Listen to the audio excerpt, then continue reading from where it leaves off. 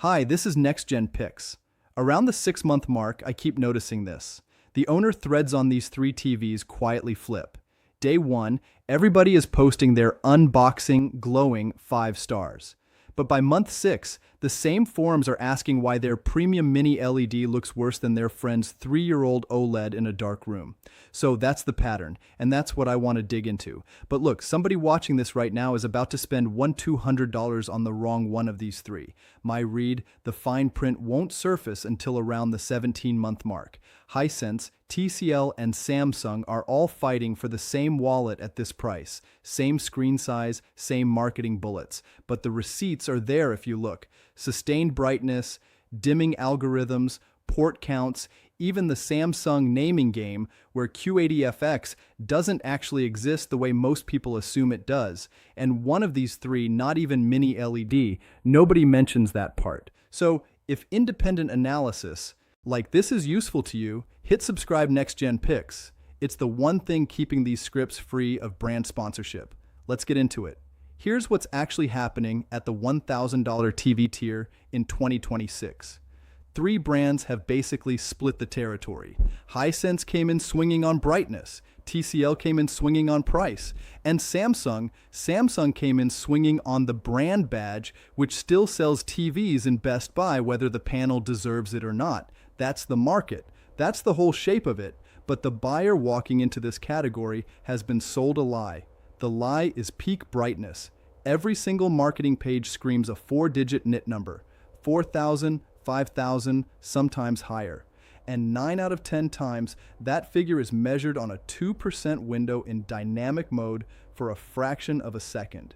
It's the brightness equivalent of a sprinter's top speed during a single stride, not a marathon pace. The number you actually live with, the sustained 10% window measurement in filmmaker mode, is usually 30 to 60% of that headline figure. So when somebody tells you their TV hits 5,000 nits, what they really mean is it briefly grazed it once during a test pattern. In the actual movie scene, maybe 17. The part nobody talks about, and this is where the picture quality conversation actually lives, is the dimming algorithm, not the zone count. Everybody fixates on zone count.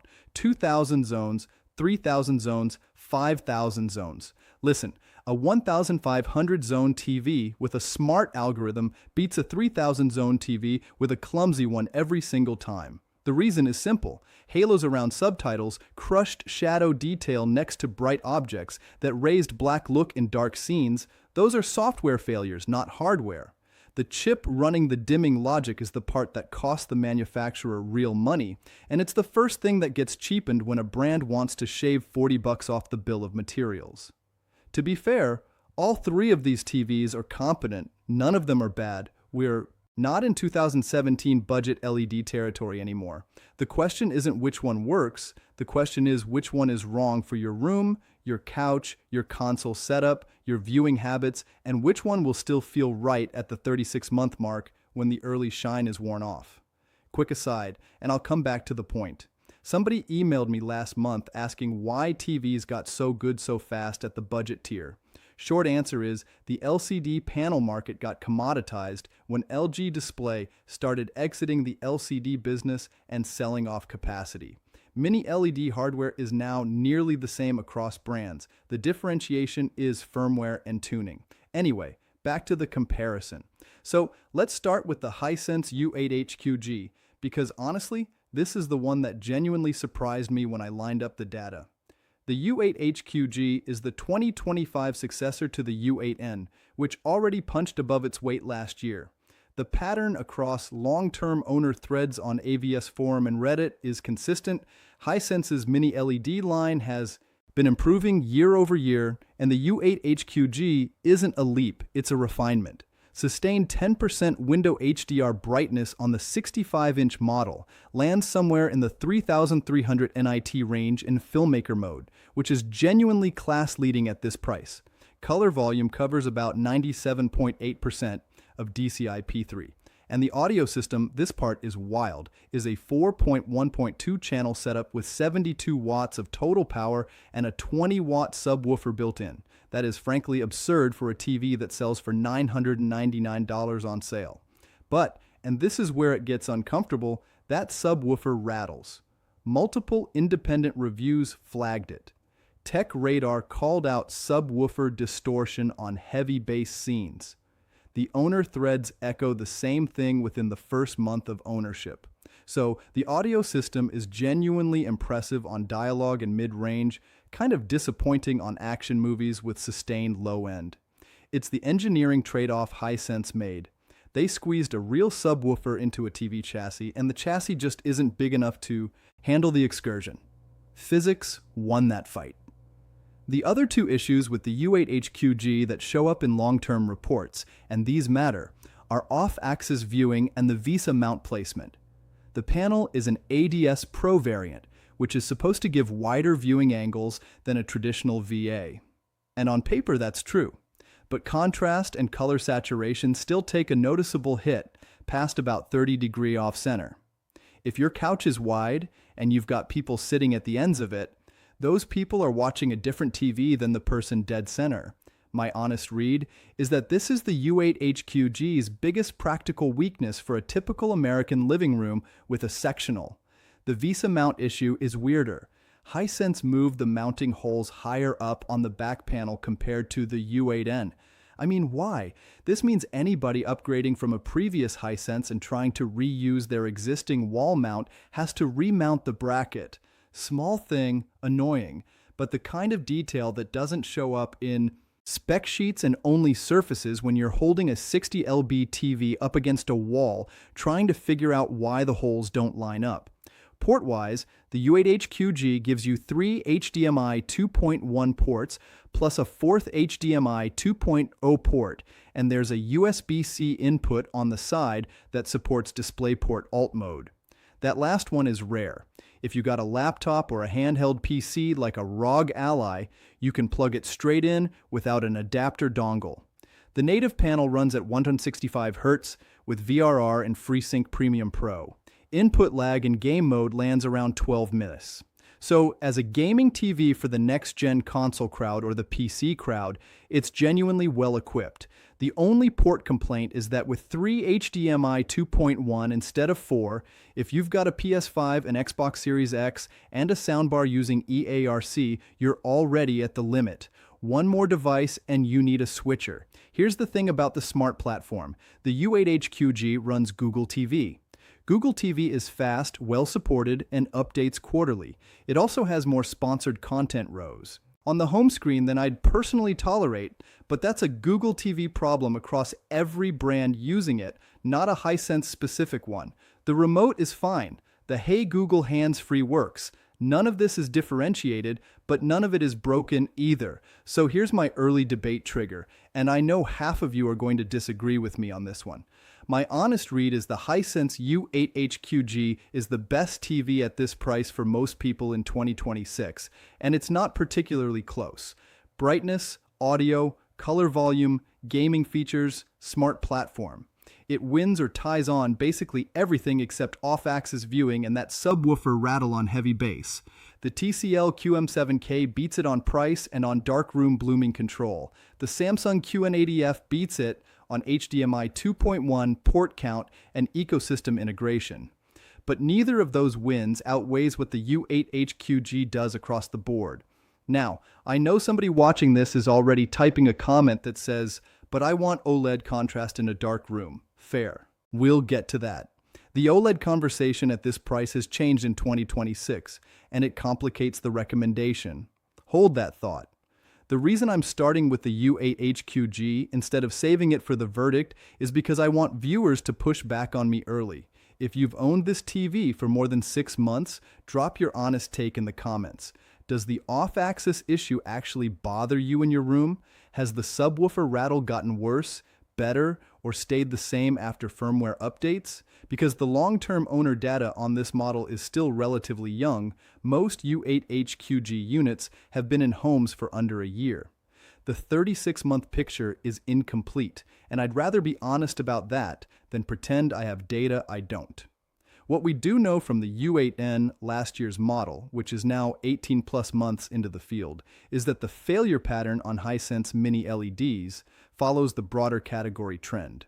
About a quarter of full-array local dimming TVs show partial backlight failures by year 3 under heavy use per RTING's aggregate longevity data across multiple brands. That's not a Hisense-specific number. That's the entire FALD class. So, if you're buying the U8HQG, run it at auto brightness, not max, and you'll likely see this thing perform well past the 60,000 hour mark. Which products do you want covered next in this comparison? Drop the names in the comments. I want to know if anybody's still considering the older U8N at clearance pricing because that's becoming an interesting wild card. But for now, let's pull the TCL QM7K onto the table because that's where the value argument gets really interesting, and it's where the picture quality argument gets uncomfortable for Hisense. Okay, so let's set up the comparison properly. 3 TVs, 3 different bets the manufacturers made. Hisense bet on raw output, TCL bet on tuning and price, Samsung bet on the badge and the ecosystem. And the way to actually evaluate them isn't to read down a spec sheet. It's to ask what each one does that the other two can't, because 9 out of 10 times when somebody picks the wrong TV at this price, they didn't pick a bad TV, they picked a TV whose strengths don't match their room. That's the real failure mode. Let's pull the TCL QM7 up next, because here's where the comparison gets uncomfortable for Hisense. The QM7K is the 2025 successor to last year's QM7, and the upgrade is real, bigger than the year-over-year jump on most TV lines. TCL added their Halo control technology, which is essentially a more aggressive local dimming algorithm, paired with a denser zone count. The 65-in model lands somewhere around 2,800 dimming zones, and the panel is what TCL calls a Crystglow HVA, a vertical alignment variant that gives genuinely impressive native contrast before the dimming algorithm even kicks in. Sustained 10% window HDR brightness lands around 1733 nits in filmmaker mode and around 2350 in standard. Lower than the U8HQG, substantially lower. But, and this is the part nobody talks about, in a dark room, you don't need 3000 nits. You need precision. And the QM7K has it. The receipts are there if you look. Pull up the comparison reviews from TechRadar and Home Theater Review side by side, and the consistent finding is that the QM7K's blooming control is better than the U8HQG's. Not a little better, visibly better. Particularly on letterboxed films, where the black bars at the top and bottom of the screen are the torture test for any mini LED, the U8HQG glows along those bars in a way the QM7K largely doesn't. So, if you're a movie's first viewer watching cinema in a controlled light room, my honest read is the QM7K is the better picture in your specific environment, despite costing $200 less. Now, and I'm getting sidetracked, but it's relevant. There's a viral review going around from somebody who actually returned a U8HQG and bought a QM7K instead. Their reasoning was the exact split I just described, bright room versus dark room. Worth a read. Anyway, back to the QM7K. The QM7K's biggest weakness, and this is the trade you make for the price, is the port count. 2 HDMI 2.1 ports, just 2. The U8HQG gives you 3. The Samsung QN80F gives you 4. So if you've got a PS5 Pro, an Xbox, and a soundbar, the math doesn't work without an HDMI switcher in the loop. And HDMI switchers at full 48 gigabit bandwidth, they're not cheap. They introduce occasional handshake bugs, and they're one more thing to fail. To be fair, most people don't have 3 NextGen devices, but if you do, the QM7K loses points hard on this. Audio's the other compromise. The QM7K runs a 2.2 channel system, Bang & Olufsen tuned, which sounds nicer in marketing copy than it does in your living room. 40 watts total. Compared to the U8HQG's 72 watts and built-in subwoofer, the QM7K's audio is okay. It's fine. It's TV grade. You're going to want a soundbar within 6 months, which adds $300 to the real cost of ownership. Once you do that math, the QM7K's price advantage shrinks. Here's what the QM7K does that nothing else at this price does. It disappears. What I mean is, and this is genuinely hard to articulate, when the dimming algorithm is this well-tuned, you stop noticing the TV as a TV. The blooming doesn't pull your eye. The black bars actually look black. For movie watchers, that's worth real money. For sports watchers in a sunlit room, you'll never notice because the brightness ceiling is the bottleneck, and the QM7K loses there. Which brings us to the Samsung QN80F. And I have to be honest, and somebody's going to disagree with this loudly in the comments. My honest read is the QN80F is the weakest of the three at this price. I know what you're thinking, but it's Samsung. Yeah, it is. And the badge is doing a lot of heavy lifting on this model. Here's what's actually happening with the QN80F. Samsung positioned it as the mid-tier of their 2025 Neo QLED line, mini LED, quantum matrix technology, the NQ4 AI Gen 2 processor. It launched at $1,299 for the 55 and around $1,499 for the 65. As of the snapshot in early 2026, it's settled to roughly $1,100 for the 65N. So, it's the most expensive of the three. Sustained 10% window HDR brightness lands around 1,000 to 1,100 nits in movie mode, the dimmest of the three. Local dimming zone count is more limited than either rival, somewhere around 160 to 200 zones, depending on size and source, which is genuinely surprising for a Samsung at this price. The screen coating is glossy, not the glare-free coating from the step-up QN90F, so reflections are a real issue in bright rooms, and this is the one that actually frustrates me. Samsung shipped the QN80F at launch without HGIG support. HGIG is the gaming HDR tone mapping standard. Every gaming console gamer needs it. Samsung restored it via firmware version 1131 a few months in, which is good, but the fact that it shipped missing in the first place tells you something about Samsung's QA priorities on the mid-tier in 2025. And then there's the Dolby Vision thing. Samsung famously refuses to support Dolby Vision across their entire lineup. They support HDR10 Plus instead, which is a real format with real content backing.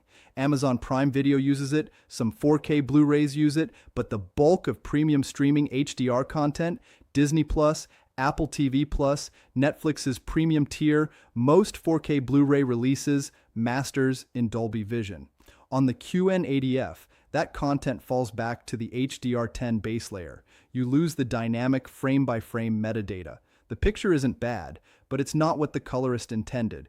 Both the U8HQG and the QM7K support Dolby Vision and HDR10+. Samsung is the only holdout in this comparison. So why would anybody buy the QN80F at this price?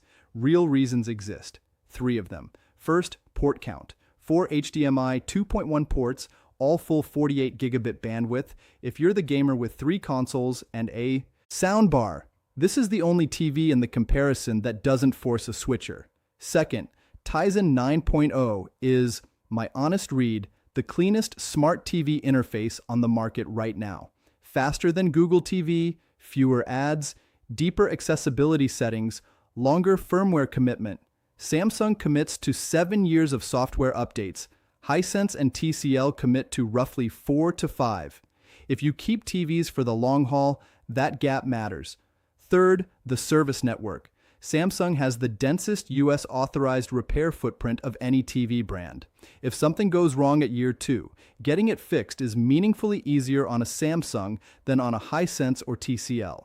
Across the long-term failure rate data ratings published from their 3-year torture test, all 3 brands cluster in roughly the same faulty reliability band, but the experience of dealing with a failure differs substantially.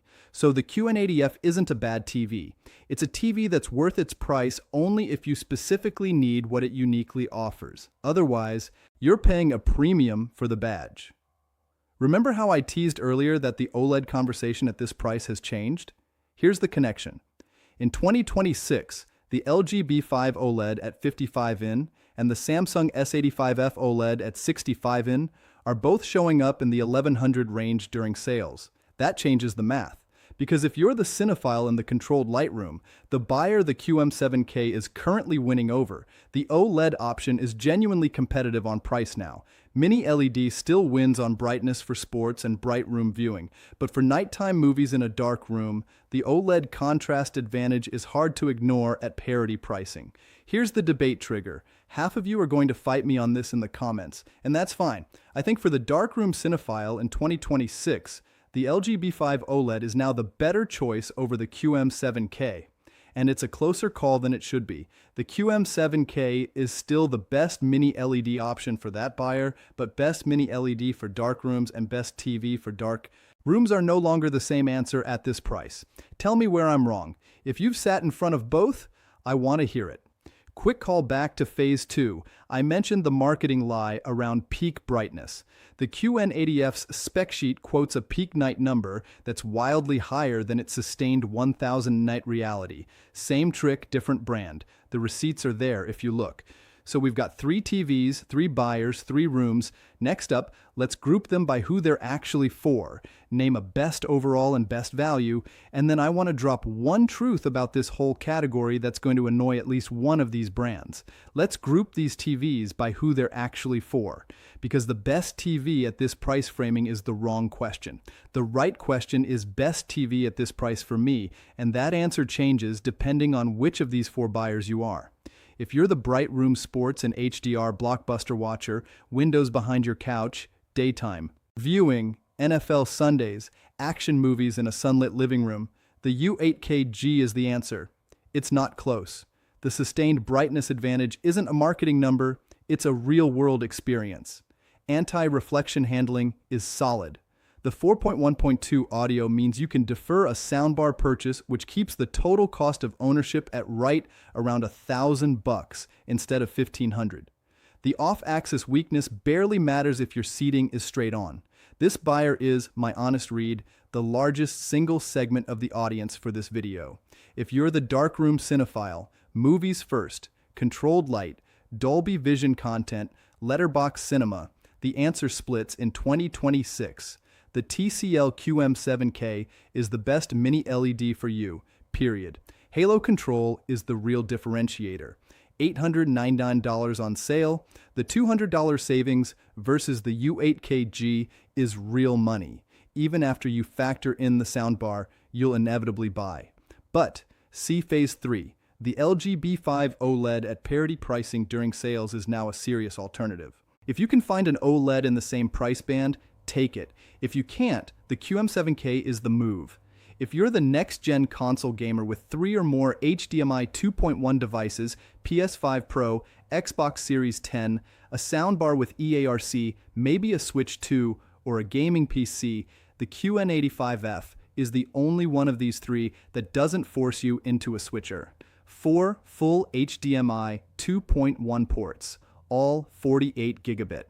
Input lag in game mode is excellent on all 3 TVs, honestly. But port count is the differentiator that matters here. You give up Dolby Vision, you give up some brightness, you get a TV that actually fits your hardware setup without compromise. If you're the Samsung ecosystem loyalist, Galaxy Phone, Samsung Soundbar, SmartThings Hub running your smart home, the QN80F is the right call for non-picture reasons. Q Symphony with a Samsung soundbar is genuinely better than a generic EARC connection. Tizen 9.0 integrates with your phone in ways Google TV doesn't. SmartThings replaces a separate hub. None of this is about picture quality. All of it is about whether your TV slots into the rest of your stack cleanly. So here's where I land. Best overall at this price, Hisense U8HQG. And I want to be clear, this isn't a hedged it depends. For the largest slice of buyers walking into this category, the U8HQG wins on more axes than any other TV here. Brightness, color volume, audio, HDMI 2.1 count, gaming features, smart platform. It loses on off-axis viewing and subwoofer behavior on heavy bass. Those are real losses, but the wins outnumber them by a wide margin. $999 on sale is frankly a steal for what this TV does. The receipts are there if you look. Every independent benchmark publication that lined this up against its peers landed in roughly the same place. Best value at this price, TCL QM7K, $899 for genuinely top-tier darkroom performance. The blooming control and halo control tuning are the best in this group. If you're a movie's first buyer in a controlled lightroom and you don't already own an OLED at this price, this is the smart money. The 2-port HDMI 2.1 limitation is the real cost. Make sure your hardware setup actually fits before you buy, because returning a 65-inch TV is its own special kind of regret. The QN85F doesn't win an award here, not because it's a bad TV, it isn't, but because at every price point, one of the other two does its job better. The only buyers I'd actively recommend the QN85F to are the 4 HDMI 2.1 gaming setup and the deep Samsung ecosystem user. Those are real buyers. They're just smaller groups than the badge alone might suggest. Final debate trigger, vote in the comments. Which of these surprised you? I genuinely want to know, because the U8HQG winning best overall surprised me when I started lining up the data. I went in expecting Samsung to take it on the strength of port count and OS alone. The brightness gap and the audio system pulled the U8HQG ahead in a way I didn't anticipate. Tell me where you land. Tell me which TV you're leaning toward and what your room looks like, because half the comments on these videos teach me something I didn't know going in. Hi, this is NextGen Picks again. Here's the truth bomb, the part nobody talks about. You're not actually choosing between these three TVs, you're choosing between three different sets of compromises that all get sold to you at roughly the same price.